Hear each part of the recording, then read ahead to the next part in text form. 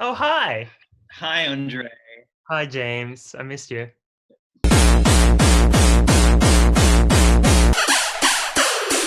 I'm Andre, and I'm just about done perfecting my new highlighter formula.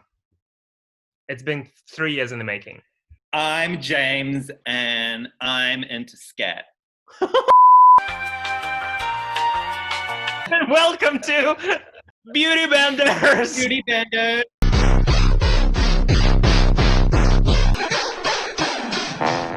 That's not even how it goes. We do our names and then we do beauty benders. I don't know. Is it your first time here? So, James, what are we talking about today? Well, we may not know much about beauty, And we may not know much about science. and we definitely don't know much about fashion, and that's what we're talking about today. We're talking about fashion. It's a fashion episode. Okay, so we had a fun idea because we're both related to fashion. Yeah. Didn't mean, you model in like a Gucci show or like Louis Vuitton or? Yeah, so I know a thing or two about fashion. And if you don't already know, I'm a fashion designer. So. I mean, we know. Yeah. We know. We just still can't believe it. Okay, so today we're going to be reviewing some of our runway looks that we like. Yeah. The rules of the game are, I'm going to send you a picture of like a runway look, and then we talk about it. Okay, actually, before we start this game, I want to talk to you about makeup on the runway. As a fashion designer, how important is makeup to you?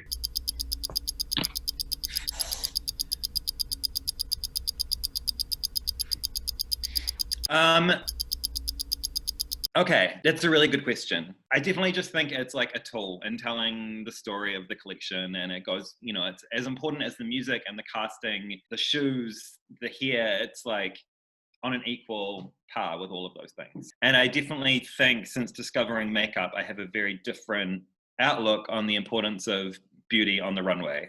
It's also really cool to see how different fashion makeup is from like social media makeup. There's just so many more references, so much more like inspiration to be drawn from those looks too. So I mean, obviously, so the rules of the game are there's going to be bottom looks and there's going to be top looks. Okay, you send me a runway look, and then I look at it and tell you whether you like it or you don't. So this is Marni, Spring Summer 2020. Yes. Yes. Yes, I have exactly the same one on my list. It's Julian Dees for Marni 2020. So I think that this is the love. Yes, it is. It's on my top list. So what about this look is appealing to you? I look at it and I'm like, there are like so many elements in there. The stroke of black on the outer lash line. I love the yellow. I love the kind of ombre black lip. I love the glitter. I think you can look at a look like that and be like, I would never do that whole thing, but there are elements of that I can try. It's a very non-standard beauty look for a fashion show. Yeah.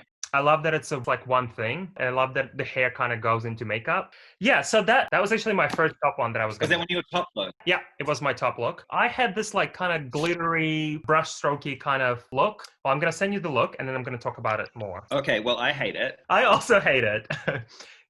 Could you guess a designer that... Yes. Princess Siriano, yes!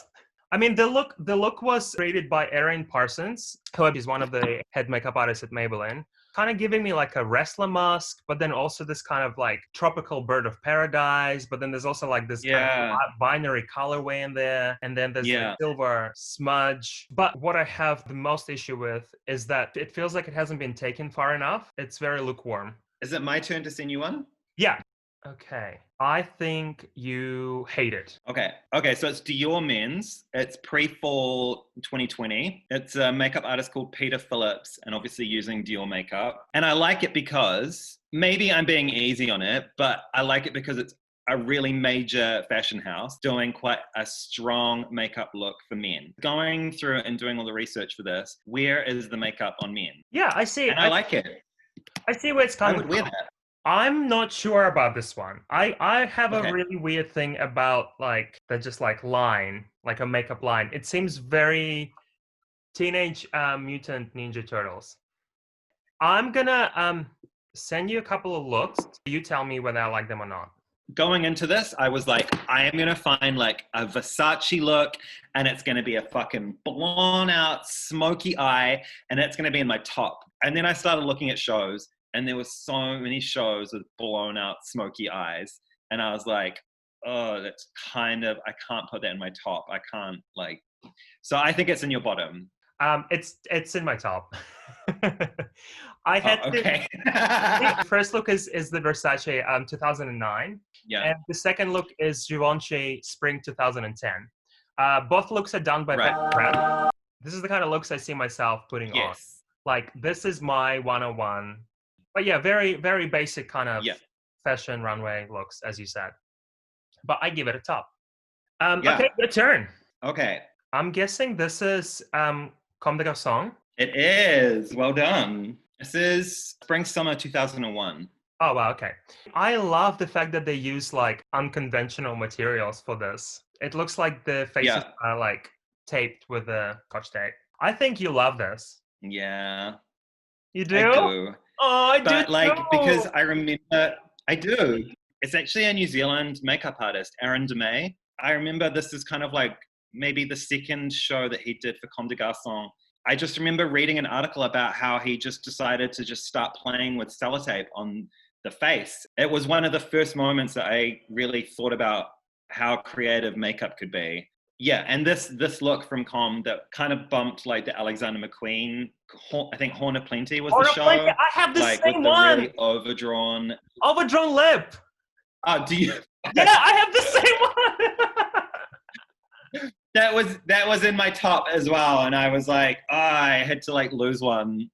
Oh, well, actually, that's really interesting that you've sent those looks to me because I'll send you the next look and I'll tell you what the story is. Yes. So Balenciaga and the prosthetic makeup that they did reminds me quite a lot of Alexis Stone, makeup artist. Changes the proportions of their face, but I love this show. Same. It's one of my top ones. It was quite incredible to see like such minimal makeup with so much impact. So the makeup was done by a person called, I'm going to mispronounce their name, Inge Grognard. They do a lot of looks for houses like Rick Owens and Balenciaga, obviously, Walter Van Beirendonck. Yeah. In my research, you know how you found like most of the runway looks that you were drawn to were Pat McGrath? A lot of the runway looks that I kept loving were Val Garland. And what I found is that like Val actually did Gaga's look for like Born This Way, where she did the kind of prosthetics as well. And I kind of forgotten about that until Balenciaga did them. This is actually the same artist, and she came up with the look for Gareth Pugh Winter 2016, I think. Okay. Like in theory, I really like this, but in reality, I don't actually like it.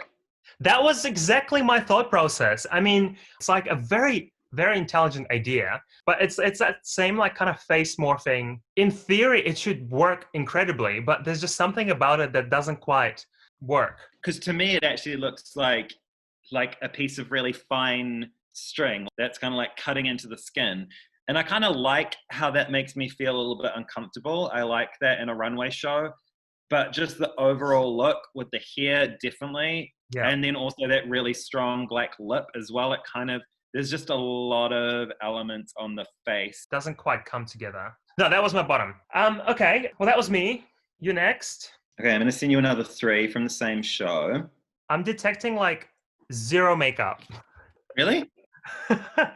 I'm guessing you hate it. Yeah, I do. I love this collection. So this is Loewe. This is Spring Summer 2020.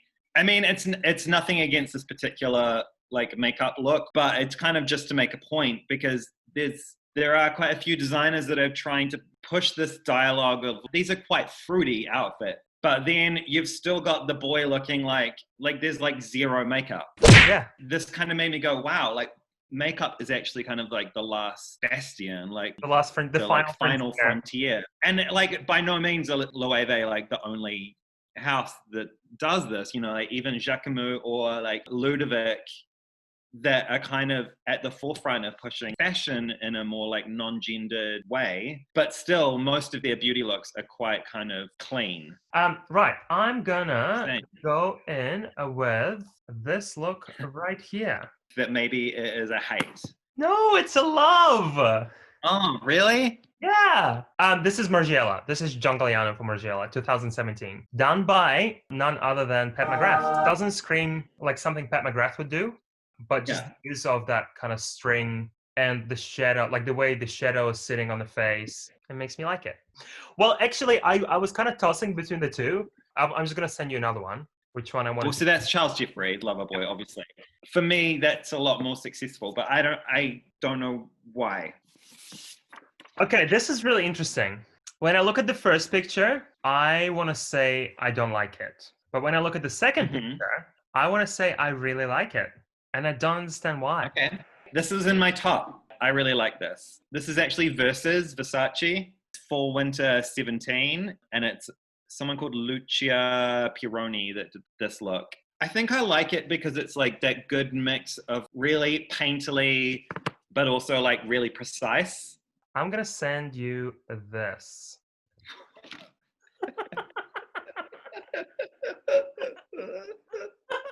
Is this Dior? Is this John Galliano for Dior or something? It's not Dior, it's John Galliano. It's John Galliano, I hate it. 2010.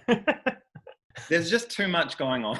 If I'm being diplomatic, I'm so confused. Who do you think created this look? Is this a Pat McGrath look? This is a Pat McGrath look, yes. If anything, like, where do I start? The snow is really confusing me. And then that box kind of like liner, and then the lip is like just, it literally makes, and then there's an eyebrow. The whole thing just makes no sense. Yeah, well, that's, yeah, it's definitely one of my bottoms. Okay, I want to say this is, well, this is a love, clearly. It is a bottom, and it's Jeremy Scott. Oh, no. And the makeup artist was Kabuki. Iconic Kabuki. Yeah. And I just think this is a look that just hasn't aged well. One publication described them as light up Bindi jewels. Definitely a bottom for me as well. Okay, cool. That brings me to this look. This look is familiar, but I can't place it. Is it like Valentino or something? I don't know. No, I can see though, Valentino has a tendency of gluing stuff to models' faces. This is Manish Arora, 2020. This is done by Kabuki. Top or bottom? Oh, bottom. Yeah, it's a bottom. When I look at it, I mean, obviously, immaculately done. It's impressive, but it's not enough. I think it's your turn. Yeah. I'm gonna send you. This will be tricky. I don't know if you'll get this. Is this Chanel? Yes, it is Chanel. It's the whole look. It's clearly a top. So as a more mature person, I'm like, I like this. Yeah, there's really not much I want to say. I mean, I don't think I've ever seen a more boring like fashion look. Yeah, Chanel. They've always got really boring makeup. I'm gonna go in with, okay, this one will be tricky. Okay, well, I don't know who it is, and I don't know who's responsible for it, but I hate it. Yeah, it's Charles Jeffrey. It's Flower Boy.